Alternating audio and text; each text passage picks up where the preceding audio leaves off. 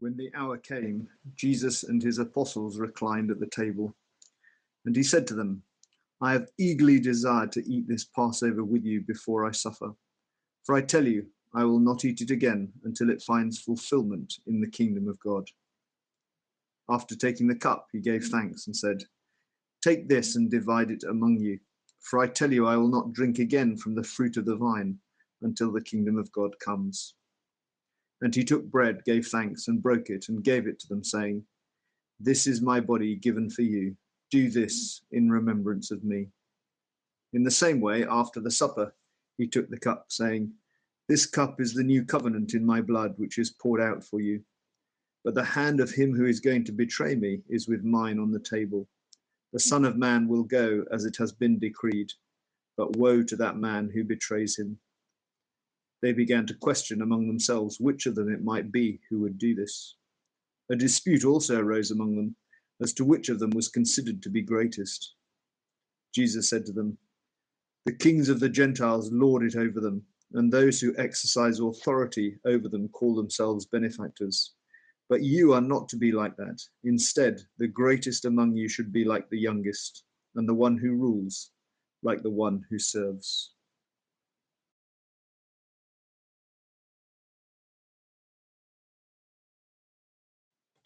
For who is greater, the one who is at the table or the one who serves? Is it not the one who is at the table? But I am among you as one who serves.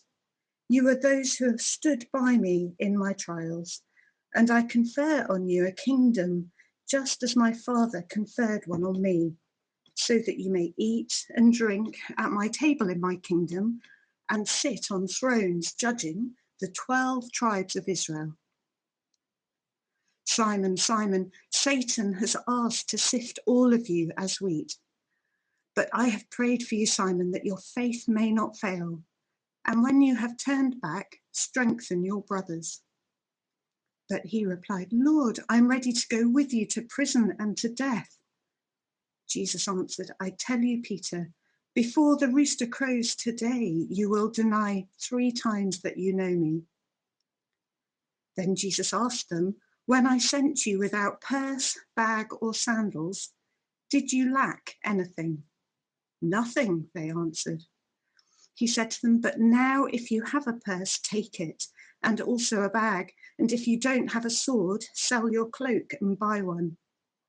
It is written, and he was numbered with the transgressors. And I tell you that this must be fulfilled in me. Yes, what is written about me is reaching its fulfillment. The disciples said, See, Lord, here are 2 swords. That's enough, he replied.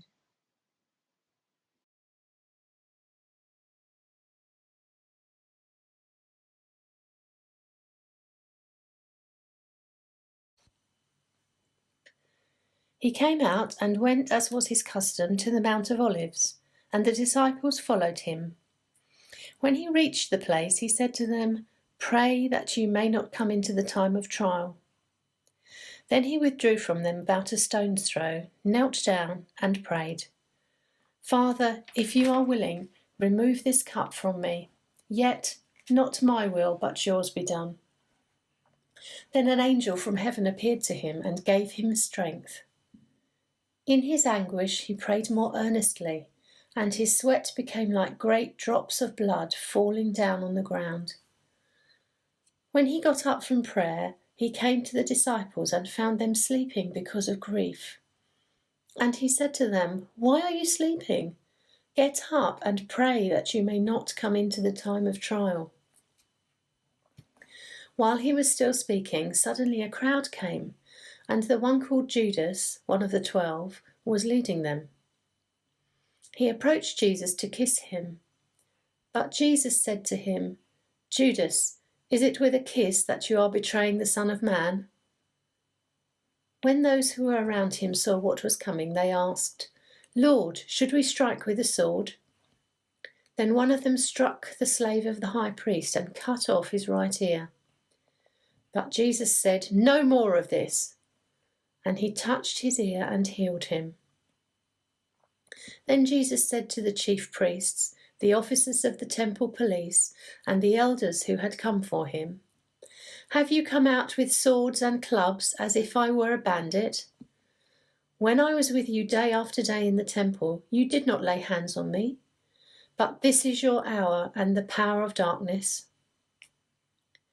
Then they seized him and led him away, bringing him into the high priest's house.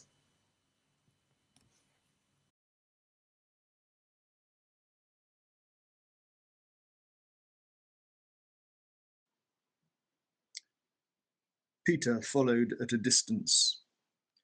And when some there had kindled a fire in the middle of the courtyard and had sat down together, Peter sat down with them. A servant girl saw him seated there in the firelight. She looked closely at him and said, "This man was with him." But he denied it. "Woman, I don't know him," he said. A little later, someone else saw him and said, "You also are one of them." "Man, I am not," Peter replied. About an hour later, another asserted, "Certainly this fellow was with him, for he is a Galilean." Peter replied, "Man, I don't know what you're talking about." Just as he was speaking, the rooster crowed. The Lord turned and looked straight at Peter. Then Peter remembered the word the Lord had spoken to him. "Before the rooster crows today, you will disown me 3 times." And he went outside and wept bitterly. The men who were guarding Jesus began mocking and beating him. They blindfolded him and demanded, "Prophesy, who hit you?" And they said many other insulting things to him. At daybreak, the council of the elders of the people, both the chief priests and the teachers of the law, met together, and Jesus was led before them. "If you are the Messiah," they said, "tell us." Jesus answered, "If I tell you, you will not believe me. And if I asked you, you would not answer. But from now on, the Son of Man will be seated at the right hand of the mighty God." They all asked, "Are you then the Son of God?" He replied, "You say that I am." Then they said, "Why do we need any more testimony? We have heard it from his own lips."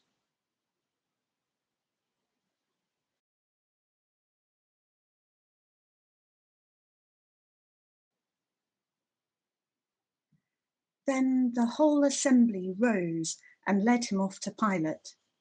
And they began to accuse him, saying, "We have found this man subverting our nation.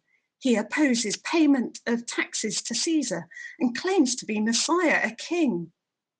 So Pilate asked Jesus, "Are you the king of the Jews?" "You have said so," Jesus replied. Then Pilate announced to the chief priests and the crowd, "I find no basis for a charge against this man." But they insisted, "He stirs up the people all over Judea by his teaching. He started in Galilee and has come all the way here." On hearing this, Pilate asked if the man was a Galilean. When he learned that Jesus was under Herod's jurisdiction, he sent him to Herod, who was also in Jerusalem at that time.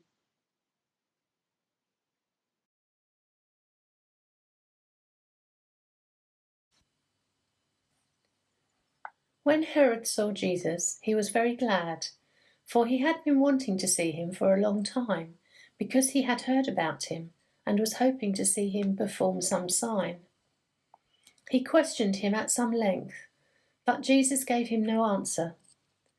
The chief priests and the scribes stood by, vehemently accusing him. Even Herod with his soldiers treated him with contempt and mocked him. Then he put an elegant robe on him and sent him back to Pilate.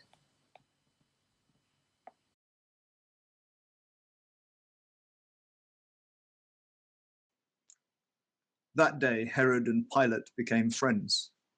Before this, they had been enemies.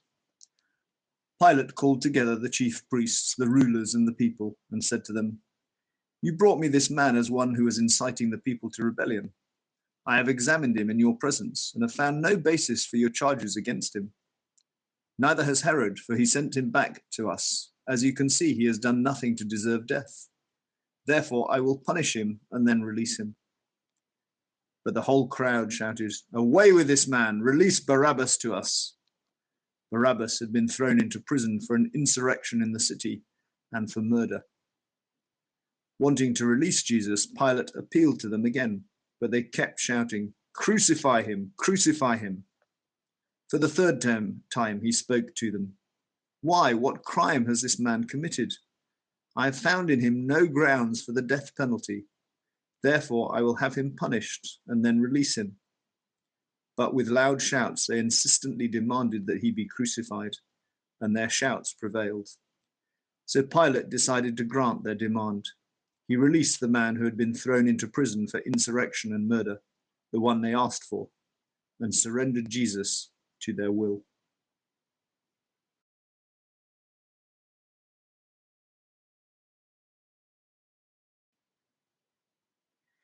As they led him away, they seized Simon from Cyrene, who was on his way in from the country, and put the cross on him and made him carry it behind Jesus.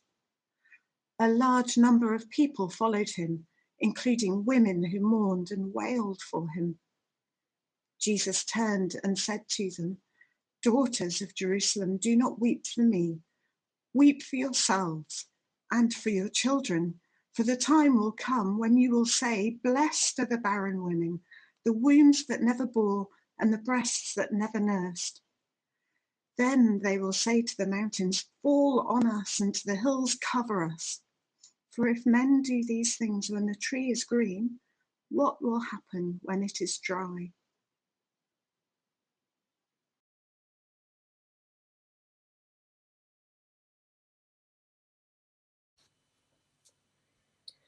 Two others also, who were criminals, were led away to be put to death with him.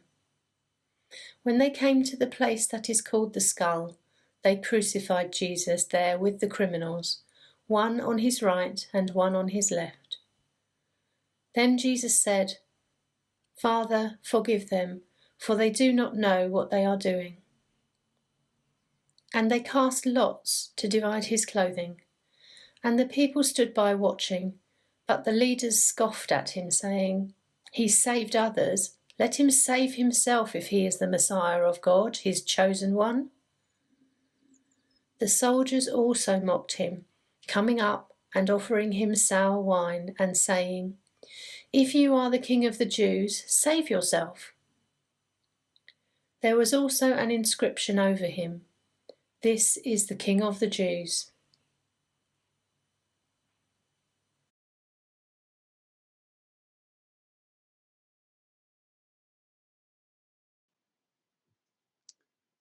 One of the criminals who hung there hurled insults at him. "Aren't you the Messiah? Save yourself and us." But the other criminal rebuked him. "Don't you fear God," he said, "since you are under the same sentence? We are punished justly, for we are getting what our deeds deserve. But this man has done nothing wrong." Then he said, "Jesus, remember me when you come into your kingdom." Jesus answered him, "Truly I tell you, today you will be with me in paradise."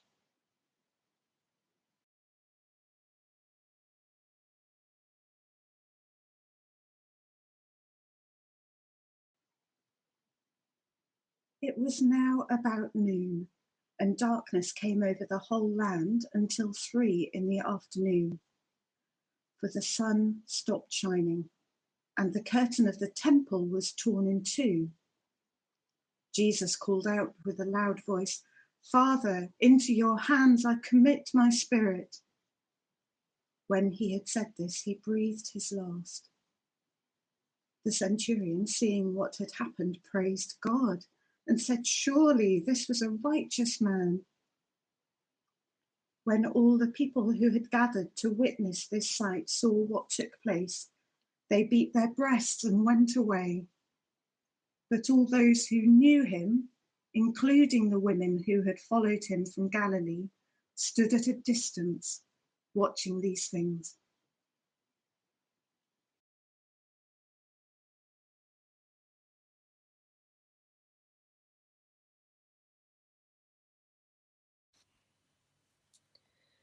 Now there was a good and righteous man named Joseph, who, though a member of the council, had not agreed to their plan and action. He came from the Jewish town of Arimathea, and he was waiting expectantly for the kingdom of God. This man went to Pilate and asked for the body of Jesus. Then he took it down, wrapped it in a linen cloth, and laid it in a rock-hewn tomb where no one had ever been laid. It was the day of preparation, and the Sabbath was beginning. The women who had come with him from Galilee followed, and they saw the tomb and how his body was laid. Then they returned and prepared spices and ointments. On the Sabbath they rested according to the commandment.